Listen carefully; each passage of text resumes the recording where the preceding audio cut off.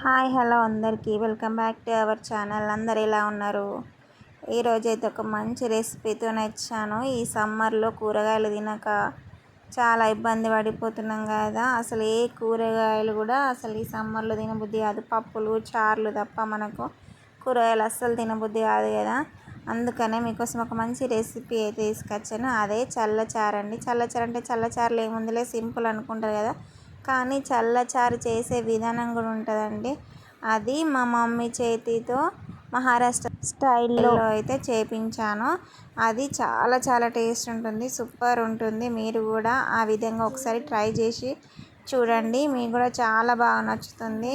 మా మమ్మీ చాలా బాగా చేస్తుంది ఈ చల్లచారు. ఈ చల్లచారుకు కావాల్సినవి ఏమిటంటే ఒకసారి చూడండి: పచ్చిమిర్చి, వెల్లుల్లి, సాల్ట్, కొత్తిమీర.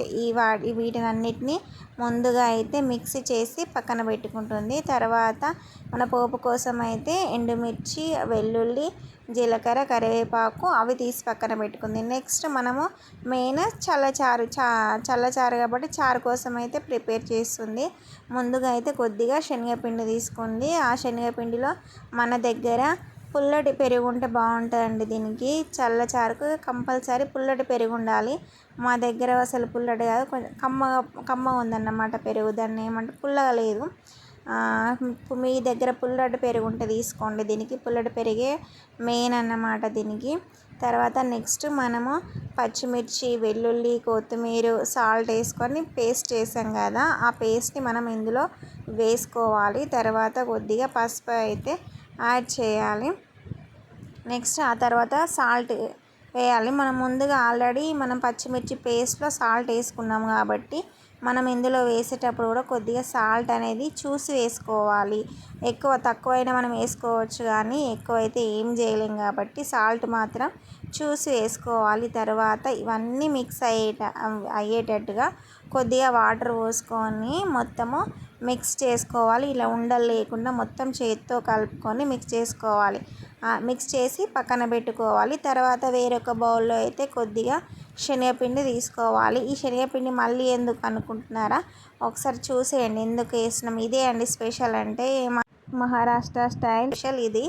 మనము చల్లచారు అంటే ఇప్పుడు మనం చేసిన దాన్నే పోపు వేసుకుంటే మనం చల్లచారు అని తింటాం కదా చాలామంది. ఇంకా డైరెక్ట్ పెరుగు కూడా తాలింపు పెట్టుకుంటారంట అందులో ఏమి వేయకుండా. ఆ విధంగా కూడా బాగానే ఉంటుంది, కానీ మనం అది ఒక్కరికి అంటే సరిపోతుంది. మనం ఆ ఫ్యామిలీ మొత్తం తినాలి, వేరే ఫ్లేవర్తో తినాలి అంటే మాత్రం కంపల్సరీ ఈ విధంగా ట్రై చేయాలి. నెక్స్ట్ మనం కొద్దిగా శనగపిండి తీసుకొని అందులో సాల్ట్, కారం, కొద్దిగా వెల్లుల్లి, నెక్స్ట్ మనం ఓమా ఇవన్నీ యాడ్ చేసుకొని మంచిగా కలిపి పెట్టుకోవాలి. నెక్స్ట్ డైరెక్ట్గా మేము రెండు ఒకటే సైడ్ అయితే చేస్తున్నాము. ఇటు సైడ్ మా అమ్మ ఏమో కర్రీ ప్రిపేర్ చేస్తుంది, ఇటు సైడ్ నేనైతే మనము ప్రిపేర్ చేసుకున్న పిండితోనైతే నేను బజ్జీలు అయితే వేయబోతున్నాను. ఇక్కడ మా మమ్మీ పోపు కోసం అయితే ముందుగా కొద్దిగా ఆయిల్ అయితే వేసేసింది.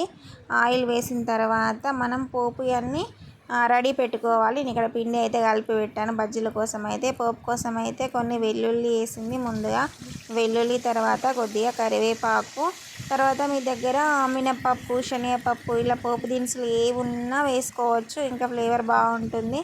మేము అవే వేయలేదు. ఇక్కడ పోపు దినుసులు ఓన్లీ కరివేపాకు, వెల్లుల్లి, ఎండుమిర్చి అయితే వేసింది. ఇందులో మీ దగ్గర మినప్పప్పు, శనగపప్పు ఇవి కూడా పోపు దినుసులోకి వేసుకోవచ్చు, ఇంకా టేస్ట్ బాగుంటుంది. తర్వాత నెక్స్ట్ కొద్దిగా పసుపు యాడ్ చేసుకోవాలి.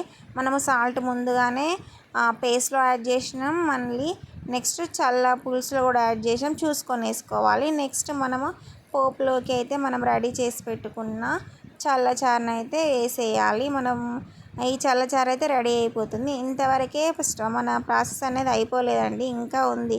తర్వాత అవి చల్లచారు మరుగుతూ ఉండేలోపు మనం ఇక్కడ బజ్జీలు అయితే వేసేసుకోవాలి. కంపల్సరీ అండి, మహారాష్ట్రలో మాత్రము ఎవరైనా సరే వట్టి చల్లచారు వేసుకొని అస్సలు తినారండి. అది ఆచారమా మరి అదేంటో నాకు తెలియదు, కానీ వట్టి చల్లచారు అస్సలు చేసుకోరు. కంపల్సరీ ఇలా బజ్జీలు అయితే వేసుకుంటారు. ఎవరి ఇంట్లోనైనా సరే అక్కడ ప్రతి ఒక్కరు ఎవరు చేసుకున్నా సరే వట్టి చల్లచారు అయితే చేసుకోరు. మన సైడ్ అయితే వట్టి చల్లచారే చేసుకుంటారు కదా.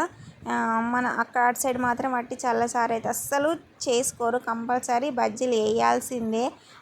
చల్లచారు వేస్తున్నామంటే బజ్జీలు ఉండాల్సిందే. మా మమ్మీ కూడా ఎప్పుడు చేసినా ఈ విధంగానే వేస్తుంది. నేను మామూలుగానే వేసుకుంటా. మా ఇంట్లో మాత్రము ఇవన్నీ ఏం పెట్టుకోను, వాటికి మామూలుగానే పెరుగుకు తాలింపు వేసుకుంటా. కానీ మా మమ్మీ మాత్రం కంపల్సరీ ఈ విధంగానే వేస్తుంది. టేస్ట్ కూడా చాలా బాగుంటుంది. ఈ విధంగా ఒక సైడ్ ఏమో చల్లచారు మరుగుతుంది, ఇంకో సైడ్ అయితే మన బజ్జీలు అయితే రెడీ అయిపోతున్నాయి. మన బజ్జీలు మంచిగా బ్రౌన్ కలర్కి వచ్చేలోపు మనము స్లో అంటే మెల్లనే వేయించుకోవాలి. హై ఫ్లేమ్లో పెట్టి మాత్రము వేయించద్దు. ఎందుకంటే మనము అంత పిండి ఉంటుంది లోపల, పైన క్రిస్పీగా ఉన్న లోపల మాత్రం పిండి ఉంటుంది. కాబట్టి లో ఫ్లేమ్లో పెట్టుకొని మనము బజ్జీలను వేయించుకోవాలి. ఇటు సైడ్ ఏమో మన చల్లచారును కలుపుతూనే ఉండాలి. అది మంచిగా మరగాలి. చల్లచారు అనేది ఆ మరిగేంత వరకు మనము ఈ సైడ్ మంచిగా కలుపుతూనే ఉండాలి. మనం అన్ని పచ్చిమిర్చి ఇవన్నీ వేయించకుండానే వేసాం కదా, ఆ పచ్చి వాసన పోయేంత వరకు మరిగిస్తూనే ఉండాలి. మనం అప్పుడప్పుడు అట్లా కలుపుతూనే ఉండాలి. అట్లనే ఉంటేస్తే మనము ఆల్రెడీ శనగపిండి వేసాం కాబట్టి అవి ఉండలు కడుతూ ఉంటుంది. కాబట్టి మనము ఉడికించేలోపు కలుపుతూనే ఉండాలి. తర్వాత మనం ఇక్కడ మన బజ్జీలు అయితే రెడీ అయిపోయినాయి. నేను కొన్ని అయితే ప్లేట్లో తీసి పక్కన పెట్టుకున్నాను. తర్వాత మళ్ళీ కొన్ని వేసేసాను. ఇవన్నీ తీసేసి మనము వేడిగా ఉన్నప్పుడే మనము చల్లచారులోకి అయితే వేసేసుకోవాలి. ఇలా మనం బజ్జీలు వేయడం వల్ల మన చల్లచారు టేస్ట్ అయితే చాలా బాగుంటుంది. అన్నంలో వేసుకొని తింటుంటే చాలా బాగుంటుంది. ఒక బజ్జీ కొంచెము చల్లచారు వేసుకుంటే సూపర్ టేస్ట్ ఉంటుంది. మీరు కూడా ఒకసారి ట్రై చేసి చూడండి. ఎప్పుడు ఒకేలా కాకుండా ఈ విధంగా కూడా ఒకసారి ట్రై చేసి చూడండి. కంపల్సరీ మీకు నచ్చుతుంది. Thank you for watching. ఎవరైనా మన ఛానల్ కొత్తగా చూస్తుంటే ప్లీజ్ సబ్స్క్రైబ్ మై ఛానల్.